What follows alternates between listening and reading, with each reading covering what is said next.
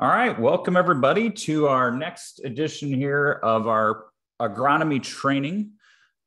For those of you guys that this is your first time joining, we have been doing a series of these. If you guys do have any questions or want to go back and see some of those other presentations, we can send those out. Just talk to your local Winfield United rep and we can send those out. The recordings are good for about 30 days. So after that point, we won't be able to get you, but basically what we've been going through is crop nutrition up to this point. We've covered all the macronutrients and then we've covered some of the soil basics as well. Today, we're going to go in and talk a little bit more about some of the secondary nutrients.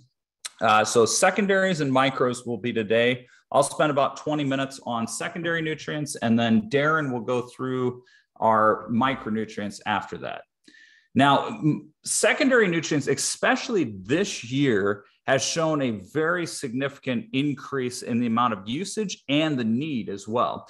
And most of what we're talking about here is sulfur. Okay, when we look at calcium and magnesium, generally in a majority of our soils, we are not limited in calcium and magnesium. So a majority of what we're looking for is sulfur here. Now, why do we see more of a need for secondary nutrients at this time? We do require larger nutrient amounts because of the fact that we have a fairly high yield potential. We've also had a lot of removal rates over the years, and we're not getting as much of a impurities and some of those other things we used to from commercial fertilizers. We also haven't had much for industrial deposition. I'll show you that in a little bit. One of the things that was kind of an unintended consequence of cleaning up some of this high sulfur diesel and sulfur from the coal-fired power plants is that we don't get as much sulfur out of the atmosphere as we used to. In some areas of Iowa, we actually used to get almost 20 pounds of sulfur per acre per year, just based on some of the depositions that we were getting out of the atmosphere. But since that's been kind of cleaned up, now we're sitting more around that 2 to 4 pounds per acre per year. So it's a significant difference there. Also, we are paying attention to a little bit higher quality nutritional value. And then we've also had a lot of variability of nutrients and pHs across the fields. Now, when you look at our secondary nutrients, here's the removal rates for our secondary nutrients for corn, soybeans, and alfalfa. You can see we have a large amount of magnesium removed, especially in corn. We have a large amount of sulfur removed. And actually calcium, and this is why I don't pay a lot of attention to calcium. First of all, we have a lot of calcium in our soils, but we also don't remove a whole lot as well. Now, the one exception to that rule is alfalfa. Take a look at alfalfa. 170 pounds of calcium being removed with alfalfa. So we've actually seen in some of our lighter soils, particularly, adding some calcium, whether it be like a gypsum, so a calcium sulfate, or just lime. And I think this is part of the reason why lime is so important for alfalfa, because we do have a heavy removal rate of calcium with alfalfa. And this is a 6-ton crop. Okay, so very heavy removal rates for alfalfa. Another thing you can look at is like we have a max-in calcium as well that can be very effective for alfalfa as well. But generally, you know, max-in calcium, gypsum, those type of things can help you improve your calcium requirements there. For the most part, though, when we're talking about corn and soybeans, we're going to be talking about sulfur. Sulfur is going to be the biggest one. Magnesium can sometimes show up on corn, especially in lighter soils, especially in a really cold year. But overall, I haven't seen a lot of magnesium deficiencies. Now, the interesting thing, when you start talking about magnesium and calcium in particular, a lot of people start to bring up the fact that we have to get those ratios balanced.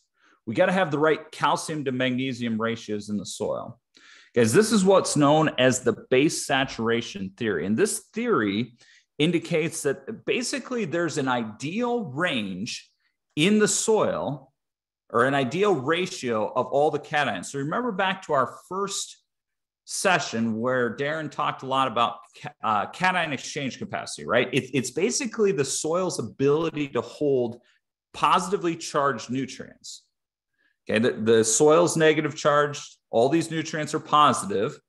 Okay, and what the base saturation does is it measures how many of those negative charges are filled with calcium, how much is it filled with magnesium, hydrogen, and potassium. Okay. And there's been several different ranges over the years that would indicate that this is the perfect ratio for growing corn, or this is the perfect ratio for growing soybeans. Okay. And the reason I'm bringing this up is I get questions on this all the time. If you guys deal at all with like Hefty, you guys have probably had questions about the base saturation theory, because they put a lot of emphasis in it. So that's why I'm bringing it up here, guys. But really, I have not found any data to really support this base saturation theory. It's more about how much is actually getting into the crop. Now, this theory could have some merit if we have very low cation exchange capacity. Okay, the reason why is because with really low cation exchange capacity, you don't have many of these nutrients to begin with. And so by changing one a little bit, you can change the availability of that nutrient.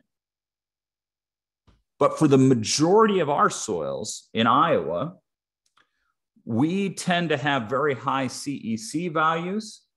Even once you get above 8 to 10, I wouldn't really pay much attention to the base saturation theory, because we have so many negative charges that really we don't see this calcium to magnesium ratio making much of a difference.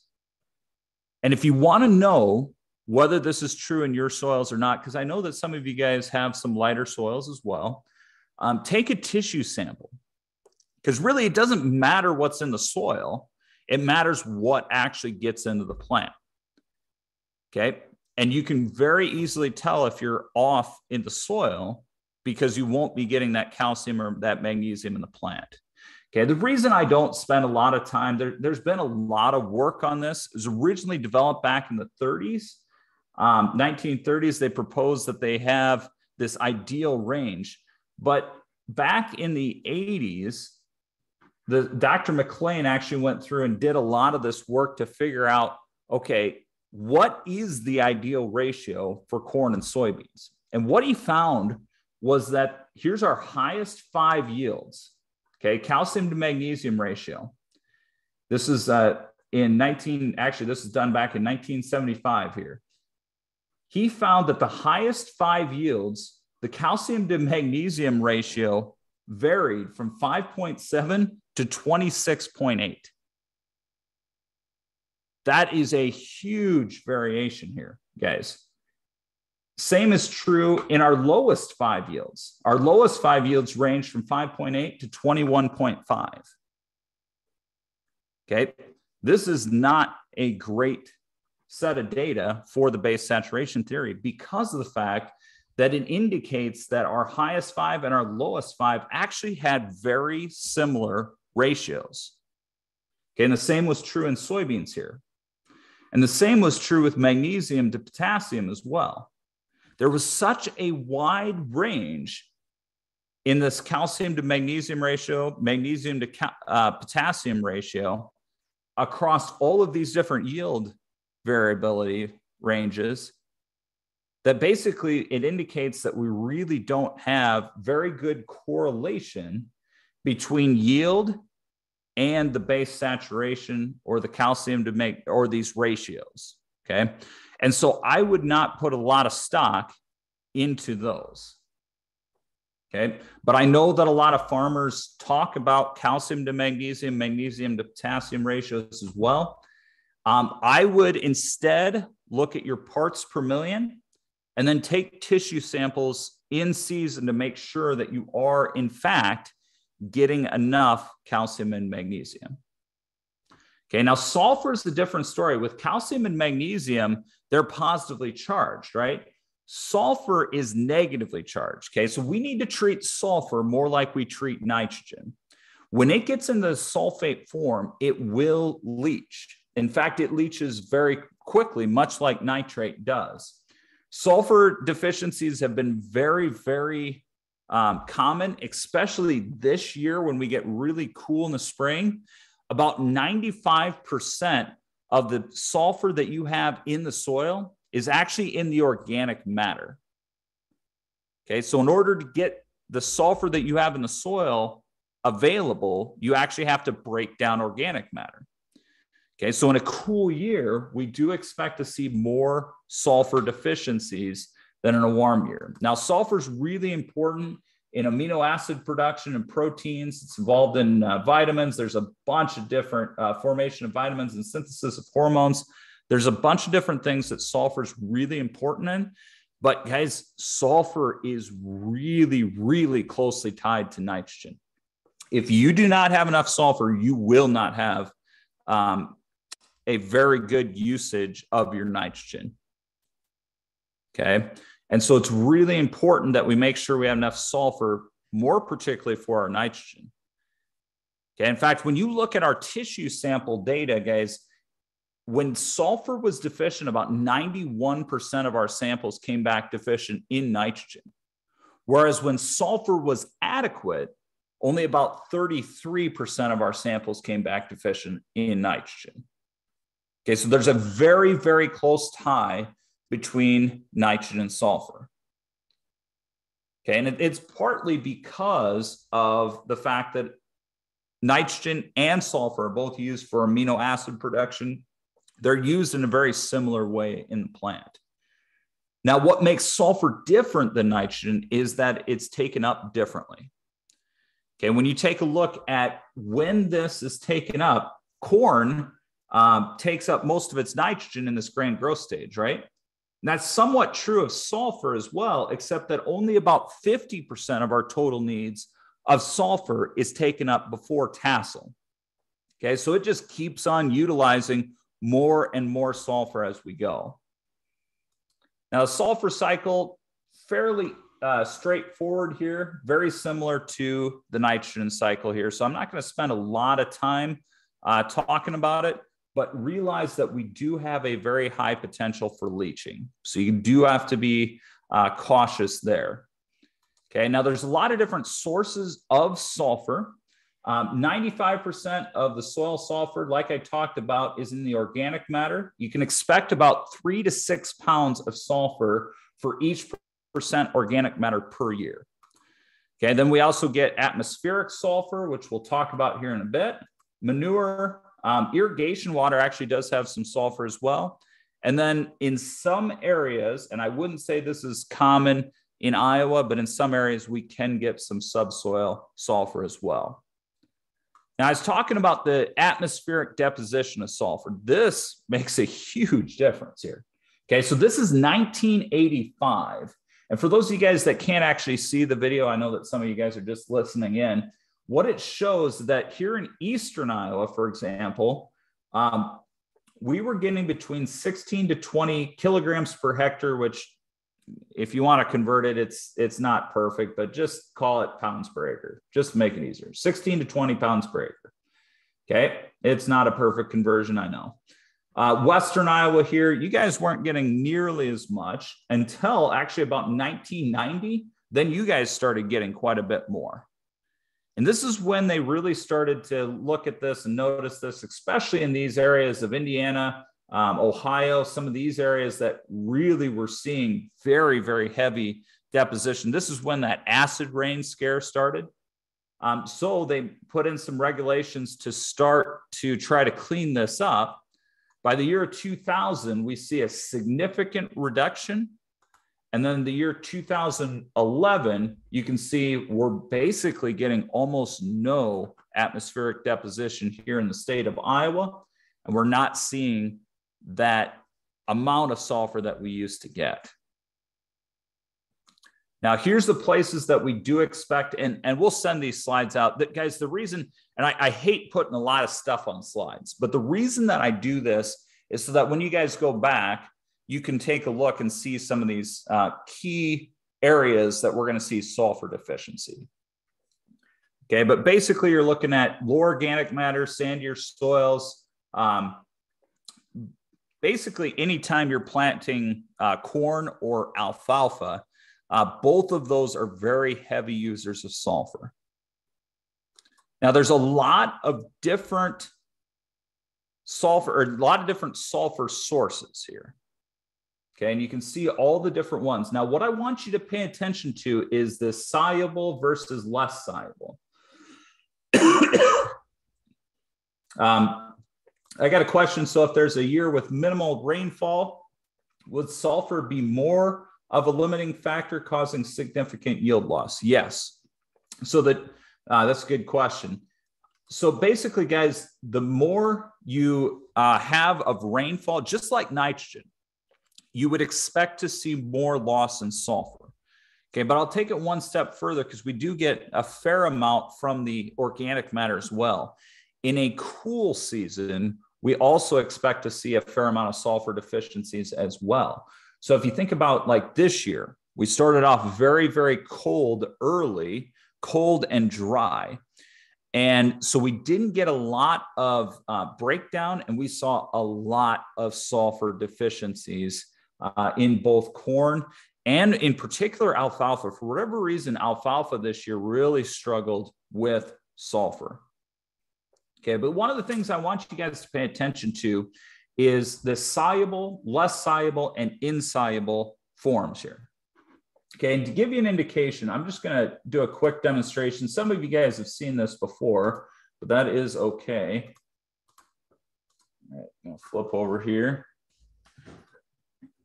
Okay, so here we just have 2 jars of water. Oh, Tyler, can you stop sharing? Stop sharing? Yeah, thank you. Can you see it now? Yep, that's good. Okay, so we got 2 jars of water here. First one, I'm going to put in elemental sulfur.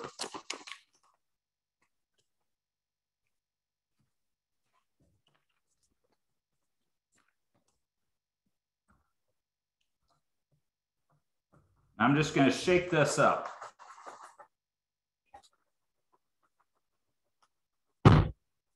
In case you can't see this at home here, that's well shooken, right? What you'll notice is that a majority of this is not solubilized at all. What's really interesting is actually, I have the same jar here. This is from the answer plot this summer. I did this exact demonstration in August, and it's still, although it's somewhat broken down, it's still not completely solubilized. Elemental sulfur, great product, but not very soluble. So when we start thinking about using elemental sulfur, guys, put it on in the fall and expect about a 50% availability that next year. Okay, now the more rain that we get, the closer to be to 50%. This past year, unfortunately, we were probably closer to like 25% just because of the limited rain. Again, you take a look at the amount that's still left in there, hasn't solubilized at all, right? Okay, take that and compare that to ammonium sulfate. Okay, ammonium sulfate is what we would consider soluble.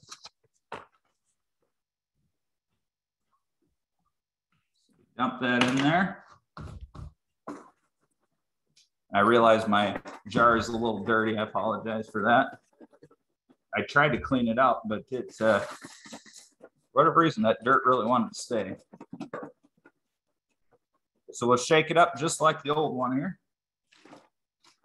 And you can see that's pretty much all solubilized. There's a little bit there left in the bottom, but it will solubilize over time. In fact, here's the one from August. Nothing left. Okay, so when we start talking about ammonium thiosulfate, ammonium sulfate, those type of products, those are going to be fairly soluble. So those we're going to want to use in the spring or in season, because those are the ones that are going to be available. Okay, whereas elemental sulfur and gypsum, I would put out in the fall, and I would not expect a very high rate of breakdown in that first year. Okay, some other key things. I generally, this is just my rule of thumb, I don't like relying on more than about 50% of my total sulfur needs in the form of elemental sulfur and gypsum, because of the fact that I can't predict what my rainfall will be that next year.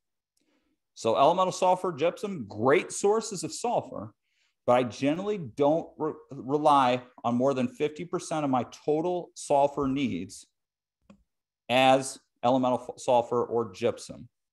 Okay. Also in the soil, I like to have about a 10-to-1 ratio of nitrogen and sulfur.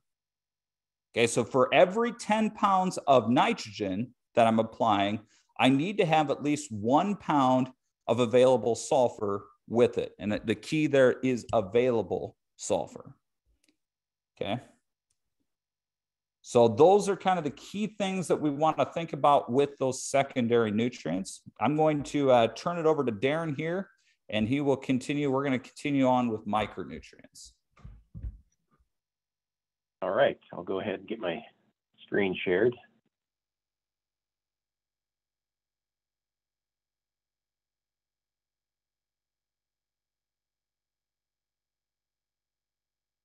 Okay, can you see that okay on your end, Tyler? Yep, we're good. All right. Hey, morning, everybody. So flipping over to discuss micronutrients here. So I wanted to start out, this is similar to what Tyler showed at the beginning of the secondary nutrients portion. You know, why are micronutrients important? It's for a lot of the same reasons. In general, we're producing higher yields than we have in years past. And so it takes a lot of nutrients to produce those yields. And so we're hauling those nutrients off the field. So that's one of the reasons. Some of these other things he kind of talked through before, as far as not having as many impurities in the fertilizers, things like that, variable pH across the field. One other thing to add in is soil organic matter is a source of a lot of the micronutrients. And if we have areas or fields that have declining soil organic matter, that presents a challenge too, and reduces the amount of micronutrients that are being mineralized. Okay, there's 8 essential micronutrients. Got them listed out here. With the micronutrients in general, you know, a lot of these we're going to need ounces, you know, 1 to 2 pounds max for the season to build that crop. And so that's why they're micronutrients. A lot of them are immobile in the soil. Boron is one that's a little bit different. It's definitely mobile in the soil, similar to nitrate or sulfate. But mobility in the plant is a different story. You can see most of them are immobile. That's the I here in that far column. Most of them are immobile in the plant. And so that gives us an indication of how we need to manage those in season. You know, if we're talking foliar applications, we might need to make sequential applications or have very specific timings for when we're applying those micronutrients to sustain the crop through critical growth periods. It also gives us an indication of where we might look for deficiencies. If they're immobile in the plant, in general, our newest growth is going to show those deficiencies. If we're talking corn, that would be our top leaves, top part of the plant, compared to some of the mobile nutrients like nitrogen, where we typically look at the bottom leaves to show the deficiency. So some of the factors affecting uptake of micronutrients, some of the things that we might look at are our soil test levels, and micronutrients in particular. There hasn't been as much correlation calibration research done on the micronutrient soil tests. So if you look at the guidance that Iowa State gives, really the only micronutrient that they give guidance on is zinc. And their data says that if you have 1 part per million zinc in the soil, that you're fine. Above that, you have sufficient levels. In most cases, particularly when we consider some of these nutrient interactions, we might need to be pushing those levels a little bit higher. We probably do, I would say, for zinc. But some of the other micronutrient soil tests haven't necessarily been calibrated that well. Okay. As far as availability, one thing that we need to consider is the solubility of those nutrients. We might have a decent amount of a particular nutrient in the soil, but it could be tied up very easily. Tyler talked through cation exchange a little bit, and so that's something we need to consider as well, that those nutrients could be tied up in the soil and not readily available for crop uptake. Some of the other interacting factors, we'll talk about soil pH here in a minute. Soil texture definitely plays a role, soil organic matter, soil moisture, soil temperature, those impact mineralization of soil organic matter and making those nutrients available for uptake. Nutrient interactions, one that we'll mention on zinc is phosphorus. There's some interactions that go on between those nutrients, and we'll show you a demo here in a little bit to highlight that. And then finally, root growth and root health. Anything that impedes the development of that root system is going to slow down our micronutrient uptake. Okay. So as far as soil pH, most of our micronutrients become more available as our soil pH decreases.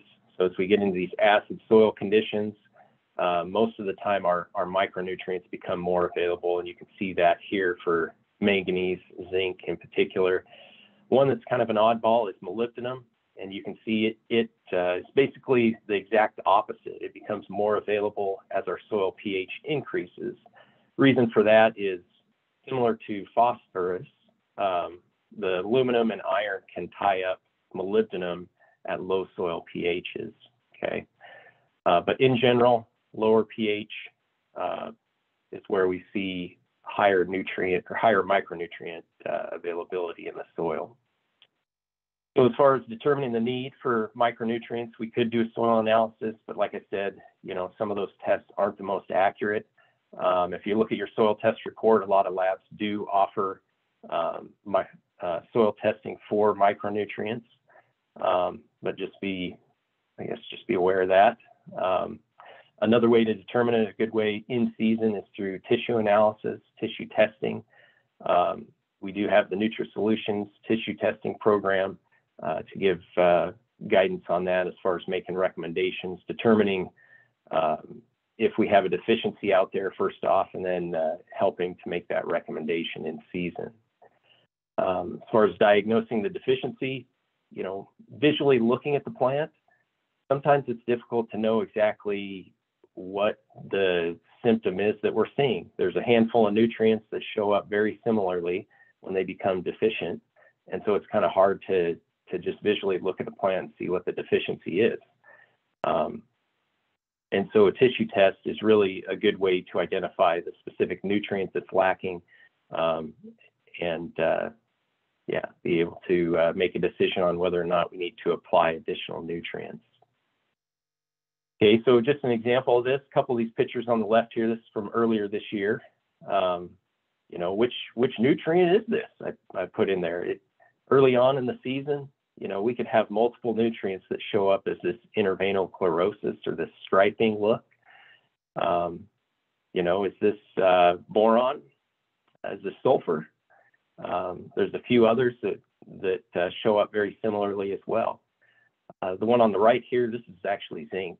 Zinc, it does somewhat have that interveinal look to it, but it's a little more pronounced banding that starts at the base of the leaf and proceeds to the tip of that leaf.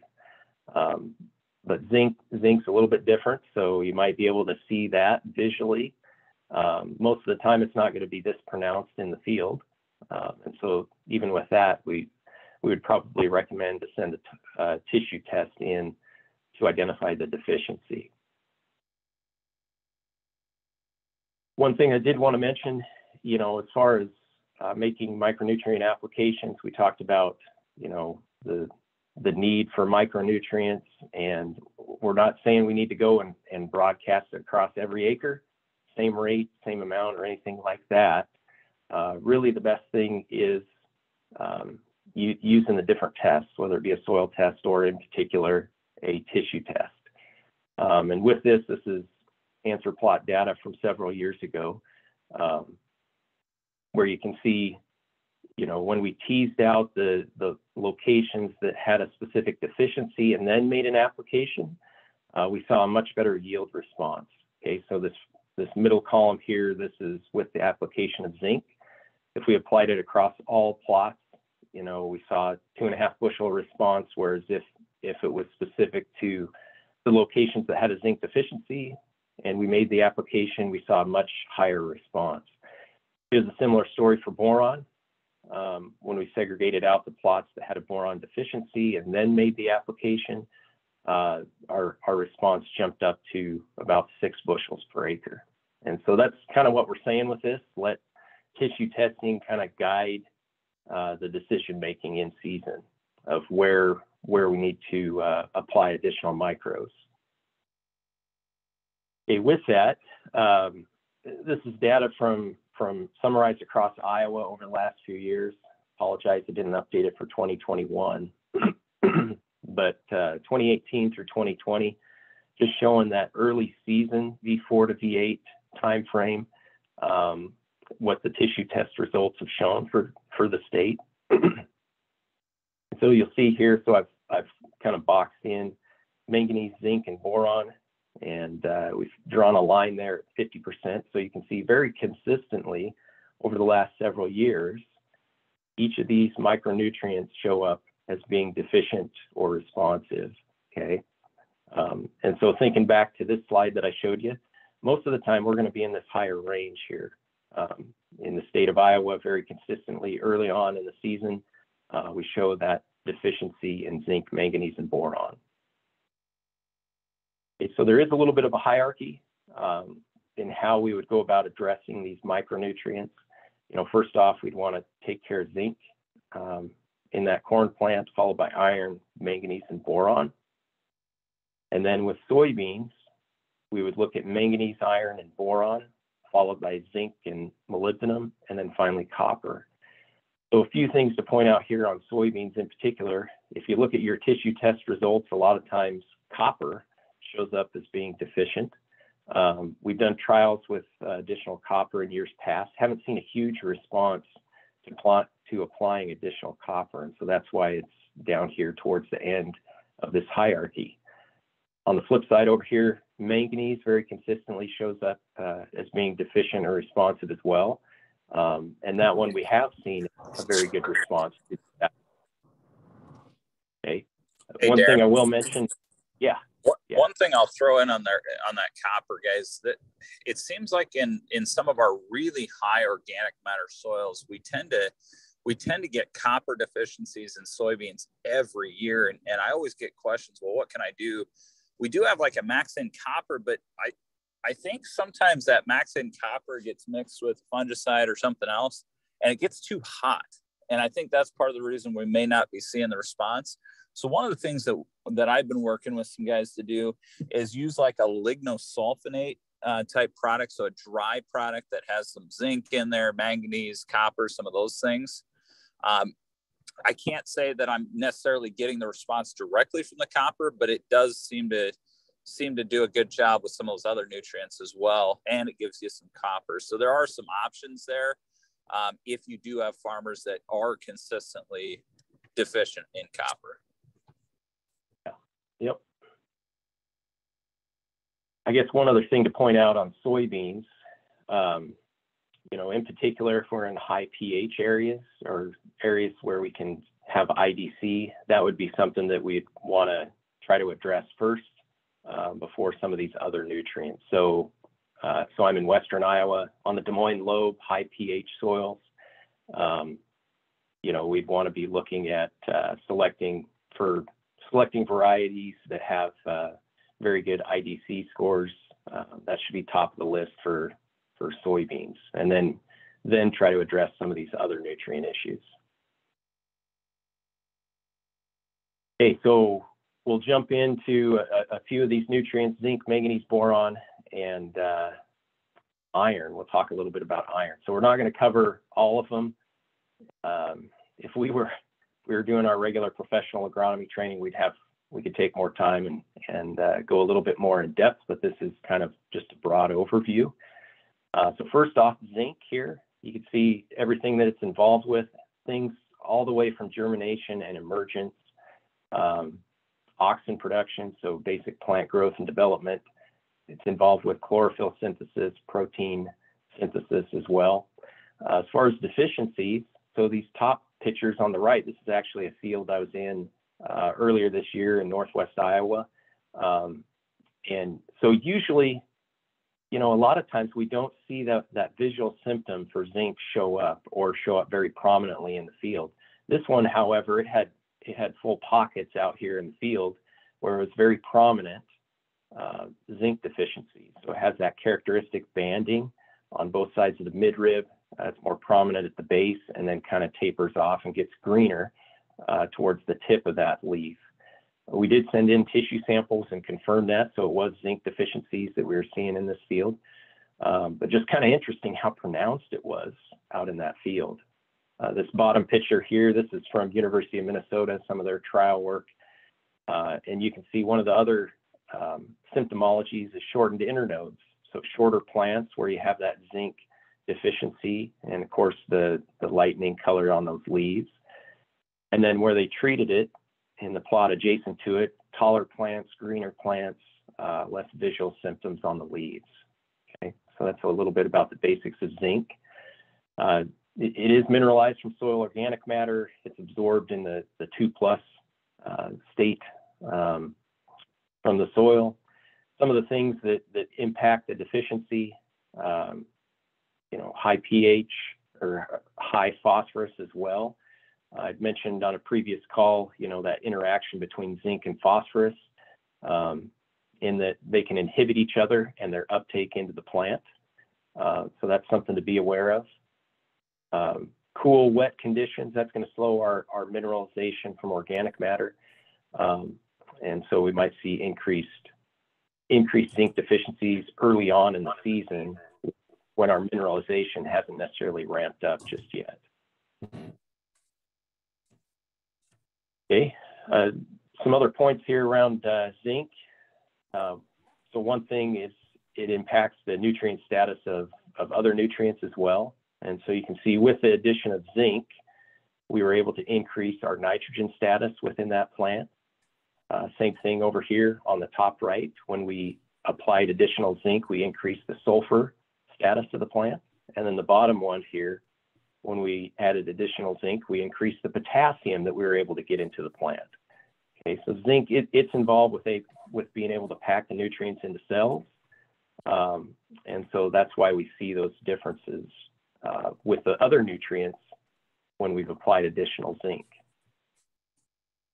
As far as correcting the deficiency, there's different soil applications, whether it be granular applications or liquid products that we could put in with starter fertilizers. We've got foliar applications that we could make in season. We'll talk about max-in here in a little bit. One interesting demo that one of the guys that I work with did here a couple of years ago was this bucket demo where they used vermiculite as the soil. And so the vermiculite isn't going to supply nutrients to the crop. And so any nutrients that the crop were to take up, they supplied through a fertilizer solution. And so you can see all the nutrients were applied in the solution in the bucket on the left. And those are the largest plants, the greenest plants. The one in the middle here, they provided all the nutrients except zinc. And if you look closely, you'll see that banding on those leaves, the zinc deficiency showing up. And then the one on the right, they treated it the same as treatment number 2. but then they came in and applied a foliar application of ZMB. So supplied that additional zinc, and you can see the plants have started to recover. They're getting a little bit taller, they've greened up, and resumed their normal growth pattern. Okay, so just kind of an interesting visual demonstration for that. One thing that we're not going to spend a whole lot of time on is there's different sources of zinc, and if we had more time, we'd go more in depth on, you know, oxides, sulfates, oxysulfates, all that kind of thing. There's different chelates too.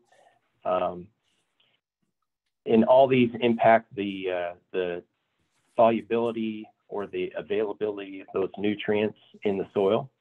And so with this one here, you'll see with the chelates, that term stands for Cla. So it's a large negatively charged organic molecule, and it basically forms a ring around a metal ion. And in this case, that'd be zinc. And so that negative charge on the chelate is able to hold on to the positive charges of the zinc and protect it in the soil, or protect it in that starter fertilizer solution, okay, and help with uptake.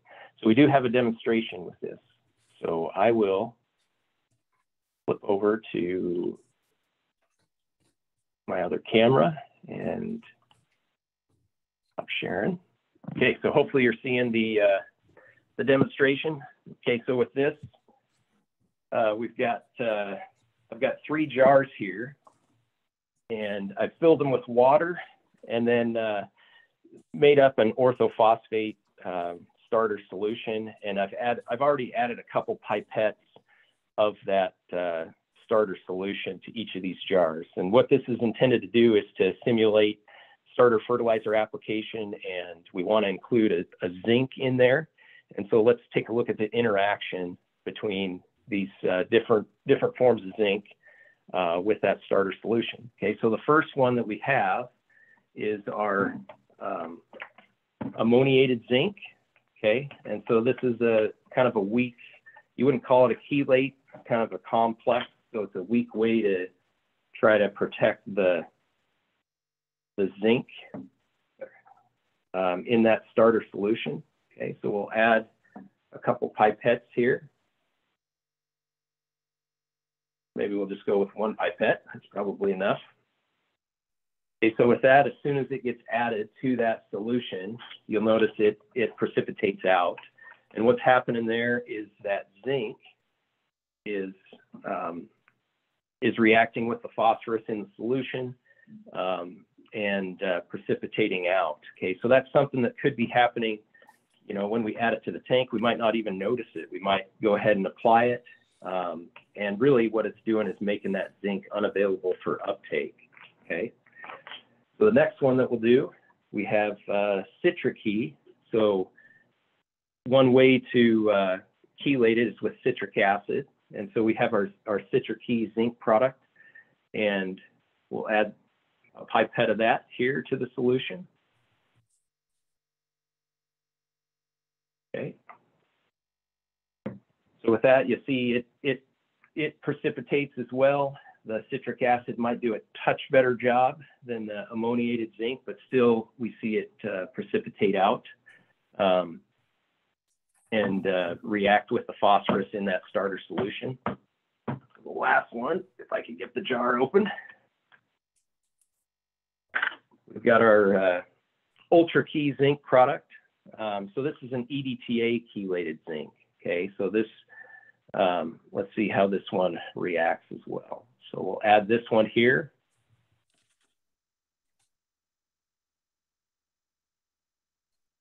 Okay, so quite a bit different reaction that we see when we add the EDTA chelated product to that starter solution. Okay, so with that EDTA, the main thing we're highlighting with this is the EDTA is a much stronger chelate, and it does a better job of protecting that zinc, or we do have other EDTA chelated products as well. Okay, so with that, just does a better job of protecting the zinc and keeping it available in that starter solution, so that once it's been applied to the soil, we see better availability of the zinc and better uptake. Okay, so we'll switch back over.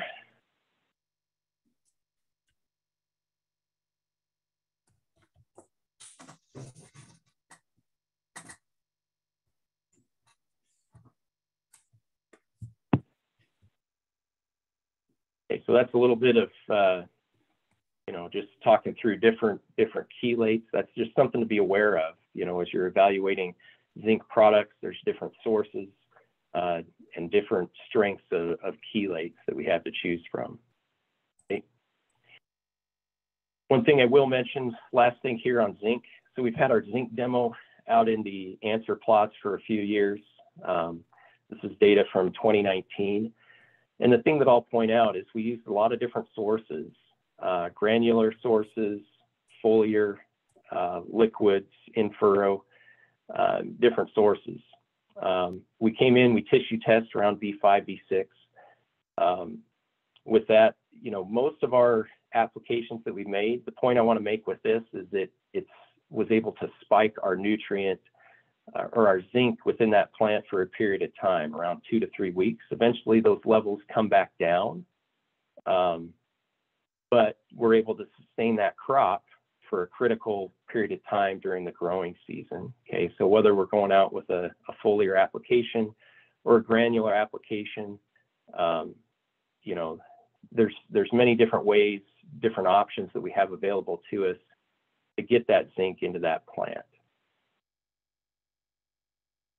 Okay, so moving on to boron. It's involved with a number of different things as well. You can see, you know, germination and growth of the pollen tube. That's a huge one that we focus on. A lot of times we get to pollination time or fungicide application time, and we're talking about the impact that boron can play in that pollination process. It helps with germination and growth of the pollen tube, but you can see it helps with a number of different things as well. Boron uptake curve through the season. You can see a pretty stout need early on in the season, but then also during grain fill. It plays a critical role in grain fill as well, in hanging on to, in particular, some of those tip kernels too. Okay. If we were to have a boron deficiency around pollination time, this is an extreme example from a very controlled research setting, but it does illustrate the point. If our plants are deficient in boron at pollination time, we could end up with the scattergrained ears. As far as deficiency in alfalfa, deficiency symptoms, you typically have that rosetting, kind of a bronzing look to them. It can be confused with hopper burn on those leaf tips, but boron does play a big role in alfalfa nutrition. So that's a little bit on deficiency in alfalfa. As far as sources of boron, you know, there is a narrow range between deficiency and toxicity, and the key thing that I'll point out with this is never place it, you know, in contact with the seed during germination, because it is toxic to that seed. Okay. In general, we need relatively low amounts of boron to sustain the crop, and so you can see the application rates there: 1 to 3 pounds on alfalfa, ½ pound to 1 pound on corn. So very low rates to support the crop for the season. There's different ways to go about this as well, whether it be a granular application, boron 14.3 would be an option for that. We've got liquid applications as well. Liquid boron 10%, that could be up here with that soil application as well. Yeah, that could easily go in with a UAN application in season to support that boron need in season. If we're talking about a foliar application, generally we see better uptake with maxing boron compared to liquid boron. We've got one other demo. Got about 10 minutes left here. Got one demo I'll show you quick, which are, there we go. Okay, get it changed around quick. Try not to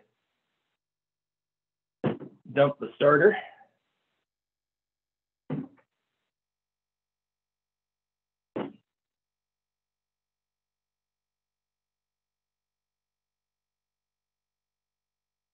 And I guess, Tyler, if you're not seeing it, let me know so I can adjust stuff here.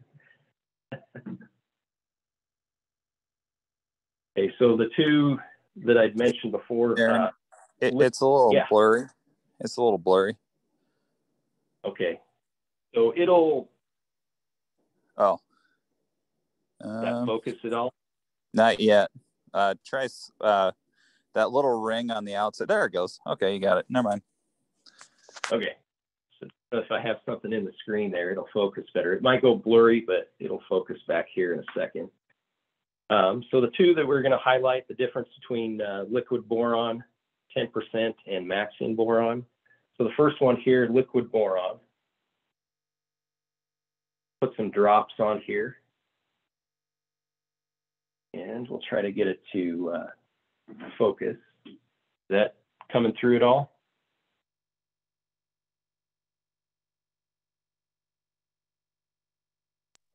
Yep, so that's the first one, liquid boron. The main point I wanted to make with that, so you can hopefully see that these are still balled up on that wax paper. I've got the wax paper down to simulate the waxy cuticle of the leaf, and so it stays balled up on that leaf surface. Whereas with maxing boron here, we'll put some drops out of maxing boron.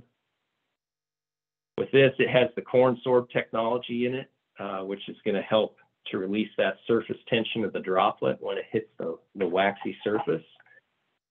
So with that, hopefully you can see with those droplets, when they hit the wax paper, they're able to spread out better on that waxy surface.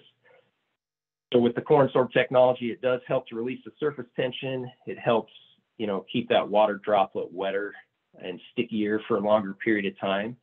And what it's doing is giving that nutrient a longer period of time to be absorbed down through that leaf. The other component of corn sorb is APG, or alkyl polyglucosides, and that'll help with penetration down through that leaf cuticle as well. Okay, so just a quick demo to illustrate the different properties between those two products there.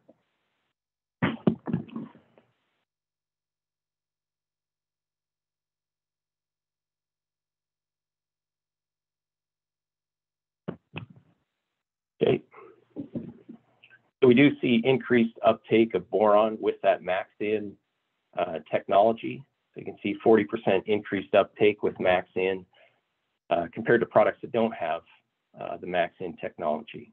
Okay. Okay, so see, we've got 5 minutes left. We've got two nutrients. Time-wise, this isn't going to work out. We'll probably skip over some of the in-depth details. Manganese is the last one. Like I said before, it very consistently shows up as being deficient and responsive in both corn and soybeans. You can see the visual symptomology in soybeans, that interveinal chlorosis. Similar in corn, it shows up as interveinal striping as well. Soybeans are a little bit different than corn in that they're not able to store the nutrients as well. They kind of live day to day. And so you see that nutrient uptake, season-long nutrient uptake need of manganese. Similar to some of the other nutrients, there's different granular, there's different liquid options as well. In general, we don't recommend a broadcast application of manganese because it's tied up rather quickly in the soil. And so if we had the ability to band it in a starter, that would be a good way to go about it, as well as some of these foliar applications. This is kind of anecdotal, previous plot showing increased height as well as increased yield advantage with additional manganese application. Last one that I'll mention here is iron. Okay, you can see the different things that's involved with there. One of the main reasons to bring this up is we do have quite a few areas in the state where we see IDC. In particular, we see that in the high pH areas, high pH soils, and that definitely contributes to seeing increased iron deficiency. You'll see up close here on corn, it shows up similar to some of these other nutrients as interveinal striping on corn. And it's not uncommon for us to see this kind of situation early on in the season, okay? And when you think about it, or when you initially see it, you think, well, shoot, that's pretty much backwards of the way it should look. These areas are compacted. Those are the wheel tracks. but yet it looks better. You know, what exactly is going on? So part of this, a lot of this comes down to, you know, the plant's ability to convert the iron into the correct form for uptake. So the roots on the soybean plant, they're going to exude a substance that converts the iron from a +3 iron to a +2 to take it up better. But when there's a lot of nitrates available in the soil, that kind of impedes that conversion process in the root zone, okay? And so what you're actually seeing here, we've got compaction, so we have less nitrogen flowing to those roots. And because of that, the roots are doing a better job of being able to convert the iron to the correct form for uptake. So those plants are actually greener in those compaction areas. So kind of an interesting thing. Another thing, this is from University of Minnesota from several years ago. The use of a companion crop, you know, what they're doing here is they're taking up the excess nitrates that are in that soil profile. And because of that, you see less iron deficiency where the nitrates have been taken up compared to where they didn't have that companion crop. Okay. General guidelines from Dr. Ream. I'd mentioned before variety selection. That definitely should be top of the list for considering or for helping out with IDC. There's other things here that are kind of just related to basic, you know, helping the crop get off to a good start. Treating with a fungicide, apply herbicides with good crop tolerance. They do recommend higher seeding rates. I realize these are kind of astronomically high seeding rates, but it gets back to diluting out the nitrates that are available to be taken up by the crop, okay? And then also in-furrow use or foliar application. This is an example from an in-furrow application using iron up. And so you can see it does do a good job of lessening the effect of IDC. We do have maxing iron. That's an option for foliar applications in season. With that, there's kind of a stair-step effect in that the higher the rate you go, the better the response that you see, or the greener those plants appear. Similar to some of the other foliar applications, it helps the plant for a period of time, but then we'd need to make, if we're still seeing deficiency symptoms a few weeks later, we would need to follow it with a second application to help the plant, okay? So to kind of summarize it here, timely micronutrient applications. I just threw in, this is the uptake curve for zinc for the season. You know, there's these different critical windows of when the crop needs different nutrients. Just an example of zinc here. But the idea is in season in particular, if we're able to tissue test and, you know, have a timely application to address a nutrient deficiency, we're able to sustain the crop through these critical growth periods that impact yield. So, if any questions, I've lost where the chat feature went. Any questions or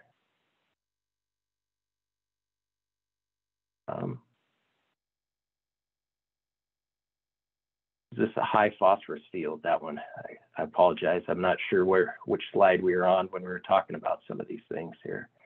Yeah.